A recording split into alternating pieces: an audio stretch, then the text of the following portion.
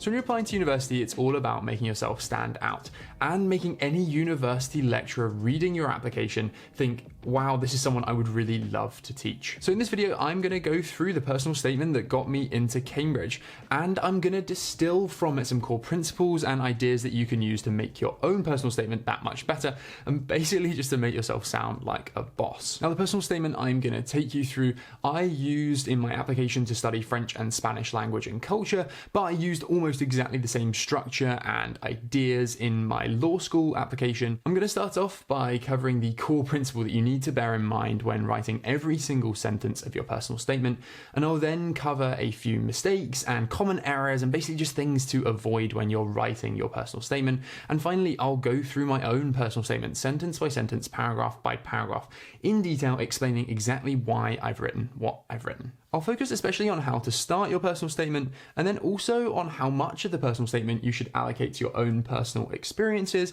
to reading and research that you've done, and also to extracurricular stuff.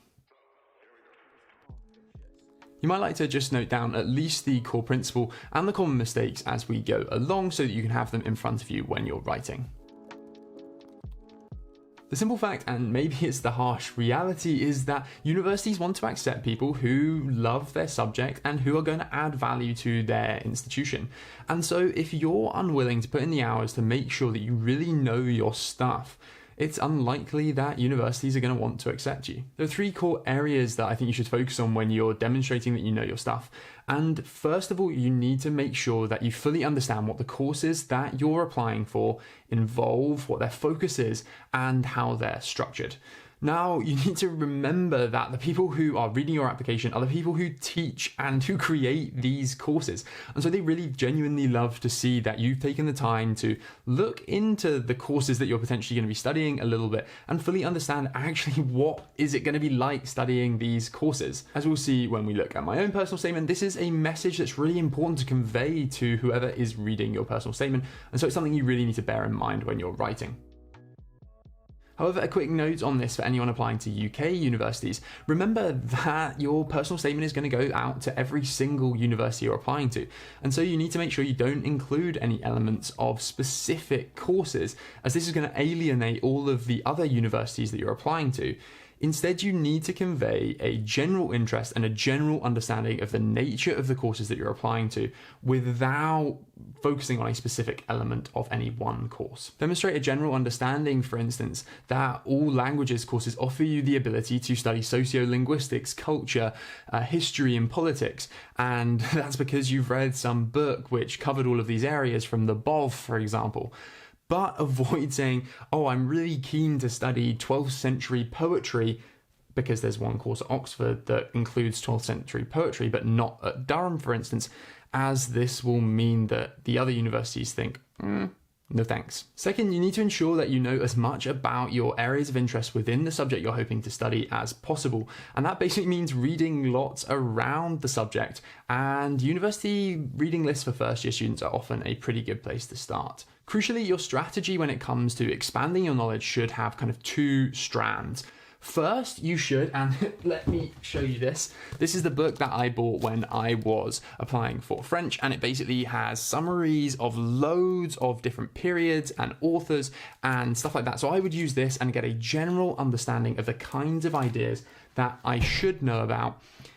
And then once you've got the kind of general broad brush picture of, for example, periods of French literature through a book like that or through Wikipedia, you then begin to dive in deep, and this is the second step, into kind of developing specific areas of interest within the broader field. So that might be, for example, existentialism in French literature, and you focus on that, and that's going to be a specific area that you focus on in your personal statement.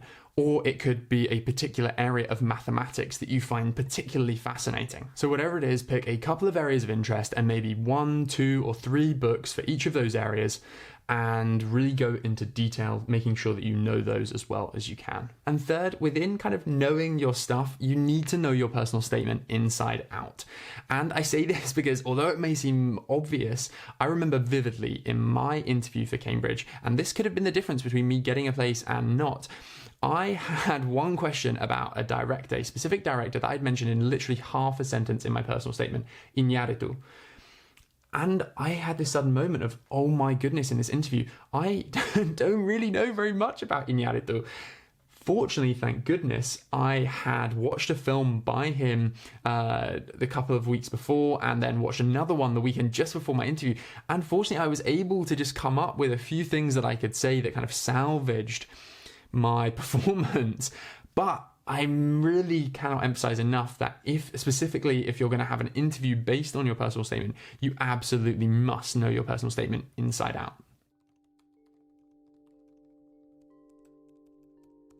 When you write your personal statement, you really need to focus on your interest for the subject that you're applying for. And I cannot stress really enough that it must be academia above all else. And what I mean by that is that you need to show areas of particular interest, as we've already covered.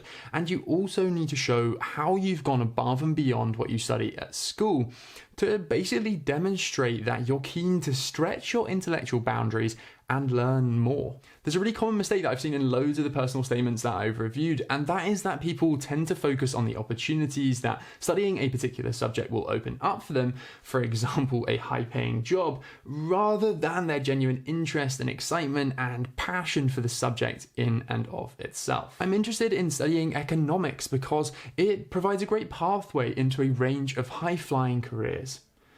This is a fatal error. The people who are reading your personal statement don't care about how much money they make. They don't care about the earning potential of your degree. What they care about is your fundamental interest and excitement to study their subject.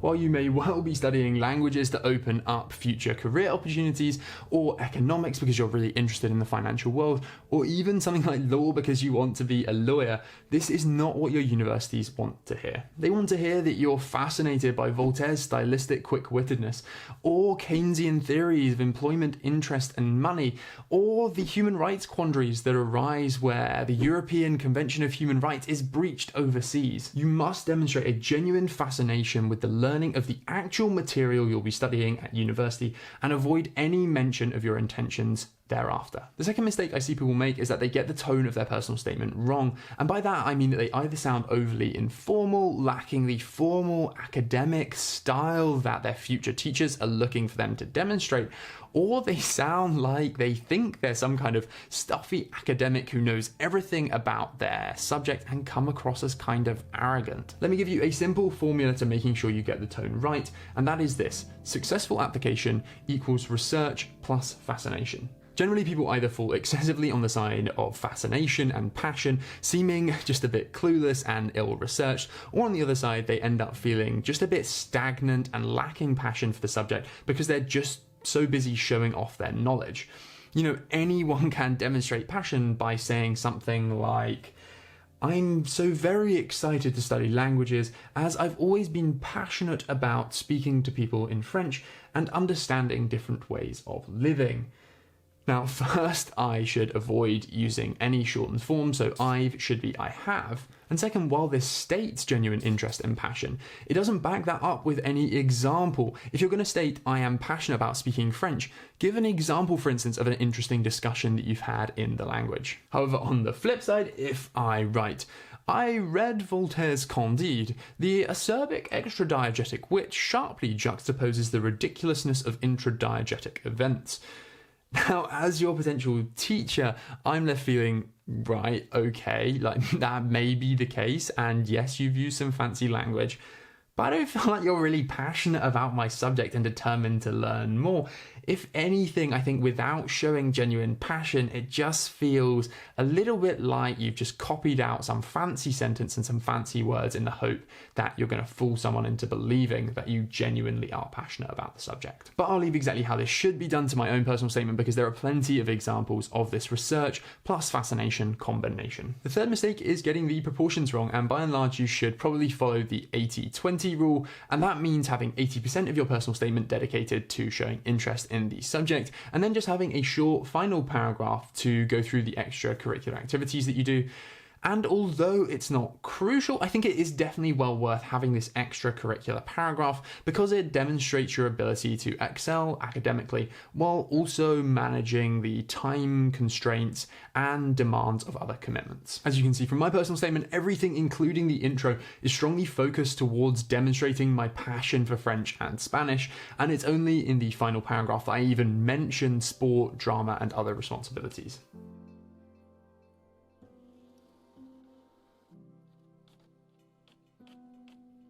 So let's dive into my personal statement, and just to reinforce, do not copy any of the sentences in my own personal statement, but do feel free to take away some ideas or some little turns of phrase that you might like to use. And I'm going to pause at different moments just to highlight little elements that I've included and explain to you how you can do something similar in your own personal statement. So let's dive in. So if we have a quick look at the first paragraph and the very first sentence that I write, and I know that the first sentence is probably one of the most difficult to write because you want to get that balance. You really want to show that you're passionate and excited to study the subject, but at the same time, you don't want to say, since the age of 2, I've wanted to be a musician, because no one's wanted to really be a musician since they were 2, and it's just kind of cringy. So I think that balance is really difficult to strike. I have gone for, when abroad, I simply love to see the look of astonishment upon people's faces when someone English can speak something other than English. And you see, this isn't a particularly flowery, elaborate sentence. It's not something that I've kind of, demonstrates my particular passion for stylistic techniques or, anything particularly fancy. I've just basically gone for a personal experience that is true to me, and it's something that I genuinely think conveys my passion and enthusiasm and excitement for going abroad, speaking languages, and it's a personal experience that I've shared. And I think if you can do that, if you can show through your experiences, through an experience in this first sentence, that you have a passion for the subject, that goes a long way. Don't panic, don't agonize so much about the first sentence. It's not like I hear stories of people saying, if your first sentence is good, the person's not going to read it, you're just going to go straight in the bin. It's not true. I think just try and convey your passion and enthusiasm for the subject without it being cringy. Okay, then I am determined to become fluent in at least 2 foreign languages and derive enormous satisfaction from the challenge of comprehending both French and Spanish. In-depth debates on homosexual marriage in France and several disputes over the topic of divorce with my teacher have forced me to think on my feet while retaining grammatical correctness.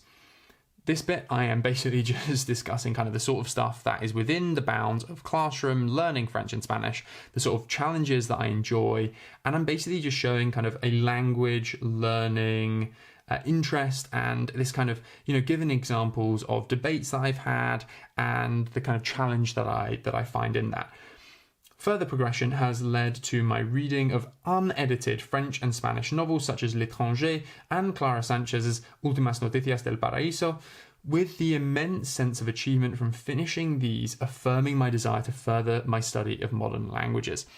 I think this is a tip you can definitely take. I think at the end of the first paragraph, if you can conclude with something like this, a sentence that basically what I've done in this paragraph is said, here's what I've done at school, here's how I've gone beyond that by learning the language, and now I am reading unedited text in my own time in the language, which is what I'll be doing at university. So give an example of the sort of thing you'll be doing at university and how you've enjoyed that.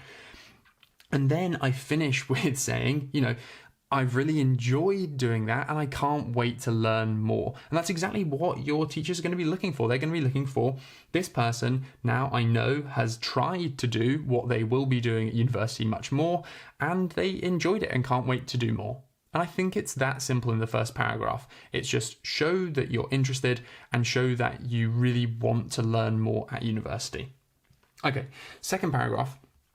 Aside from my reading of several of Maupassant's Contes and poetry by Baudelaire and Mallarmé, note that here I've already covered 3 authors that I've read, and I've already covered 2 in the first paragraph, so we've got up to 5 authors already within the kind of first paragraph and sentence. I found Camus' L'Étranger sparked my immediate interest in his fascinating philosophy, in contrast with other left-wing thinkers of the time, such as Sartre. Okay, I'm comparing 2 thinkers. I'm really engaging with the thoughts of these 2, and I've showed a breadth. This is, remember earlier I said you need to show a breadth of understanding of different types and styles and periods and whatever it is, different theories. from different periods. So I'm showing that breadth of knowledge, but I'm also showing a specific interest in existentialism here, L'étranger and Sartre. And so what I think you basically want to do here is just develop those different kind of levels of interest, show a general interest with that broad kind of brush approach to mentioning different texts, and then go into a bit more detail on your particular areas of interest. So we now go into more detail. Reading La Chute furthered my insight into the shifts in his life as he progressed from a respected member of the intellectual left and Sartre's apprentice and friend to a pariah among his previous academic counterparts. I've shown historical knowledge, I've shown engagement, that I've not just read this book, but I've also read around the book and gone into actually what's behind this text. Why was Camus writing this? And these are exactly the kinds of questions I'm going to be asking myself at university. So in this second paragraph, I really think this is the moment where you want to go into the detail of the sorts of things you're going to be covering at university, those questions of, you know, what's behind this piece of music? Why is this theory important to mathematics? How did it change it? Why is this period in history so interesting to me?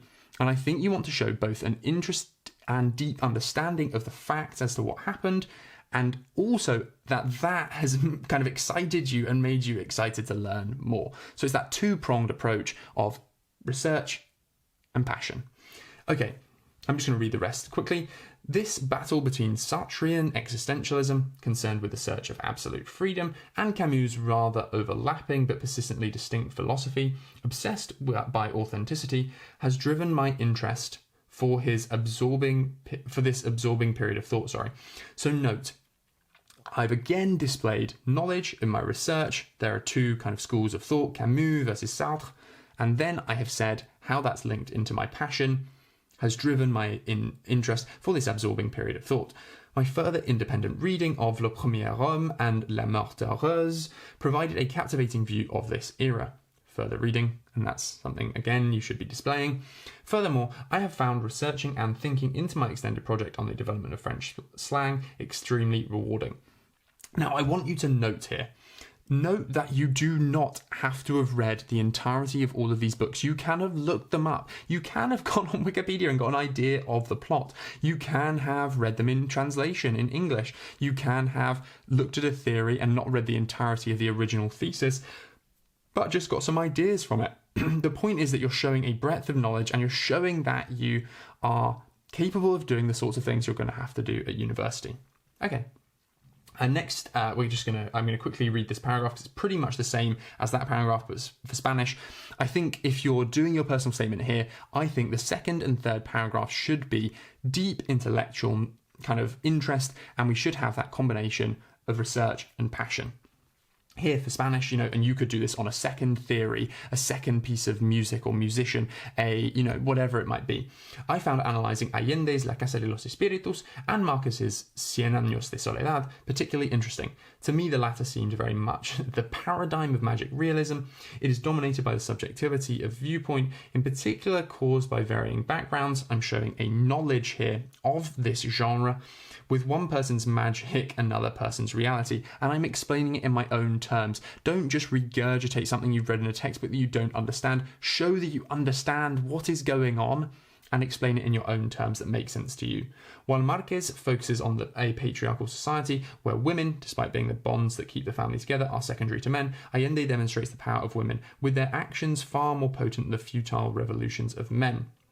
I've also found several of Iñárritu's films to shed an enthralling light upon death and mortality. And that was the sentence I was referring to earlier. That sentence came up in my interview and was massively important. So make sure you know, even if it's one fleeting sentence at the end of a paragraph, just to show another thing that you've watched or researched, make sure you know it. Okay? Then we're going to go into the fourth paragraph, and this is the final paragraph of my personal statement where I'm showing interest in the subject. And this paragraph, I think you can afford yourself some more personal experience, and that's what I do here. So I've gone 1, interest and passion through personal experience, 2 paragraphs on genuine interest in this subject, and then the fourth paragraph, I think you can come back to a bit more of that personal experience as to why you want to study this subject. Trips to both France and Spain. It could be a trip to a museum. It could be a time when you had the opportunity to sit and play a piece of music with some famous musician. It could be a time where you went and I don't know, got access to some ancient scroll, and that's why you love archaeology. Whatever it is, trips to both France and Spain have offered me the opportunity to use my language skills in real world situations. Staying on my own with a family in Antibes challenged me, spending a few hours every day engaging in conversation after attending language school in the mornings. In Malaga, I did work experience in a gym and spent a week taking feedback on the gym's members. Here, I'm really just going into kind of personal experience. There's nothing particularly academic. I've already conveyed that. I also help the owners translate their website into English. Both these experiences have left me with a feeling of excitement regarding the progress I could make during a year abroad. I'm also the author of 2 IGCSE revision guides for French and Spanish, which are in the process of being published. Now, I basically just conveyed, it doesn't matter if you haven't written revision guides, most people haven't, most people have a life, but the point is I'm showing genuine interest and understanding. And finally, we go on to the final paragraph, which is my kind of, this extracurricular paragraph, and that is, I am currently head of school, have a high level of responsibility. You can include whatever. I mentioned sports I play, I mention having played a part in a French play, because again, I'm applying for French and Spanish, so anything you can tie in your extracurricular to your kind of interest in the subject especially, but can be anything just to demonstrate that you have the ability to juggle academia and other things. And finally, I close with this one final very punchy sentence, which is, the ability to communicate in French and Spanish will open broad pathways towards the understanding of other ways of thinking while diversifying and enriching my approach to life. Studying languages appears to be, among the other options open to me, the most sensible and rewarding route for me to take. Now, you don't have to conclude with anything like this particularly. I actually don't massively like that. But I think the point is, if you take away that first sentence, I've not said we'll open broad pathways towards very lucrative jobs. I've said we'll open broad pathways towards understanding other ways of thinking, diversifying and enriching my approach to life. And that is what your university lecturers want to hear. They want to hear, I'm passionate about this subject because it's going to enrich my life. It's going to show me new ways of thinking. It's going to open up my mind. And that is what university is all about. Job done. So I hope you found that helpful, and yeah, let me know what you thought in the comments. Do watch my other video, for example, on how to get motivated, and I look forward to speaking again very soon. If you have any questions, do drop them down in the comments and I'll do my best to answer. Otherwise, subscribe and speak very soon. And good luck with your applications. Bye.